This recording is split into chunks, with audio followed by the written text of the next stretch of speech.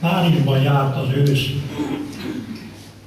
Párizsban tegnap beszökött az ősz, Szent Mihály útján suhant nesztelen, kánikulában s halak-lombok alatt találkozott velem.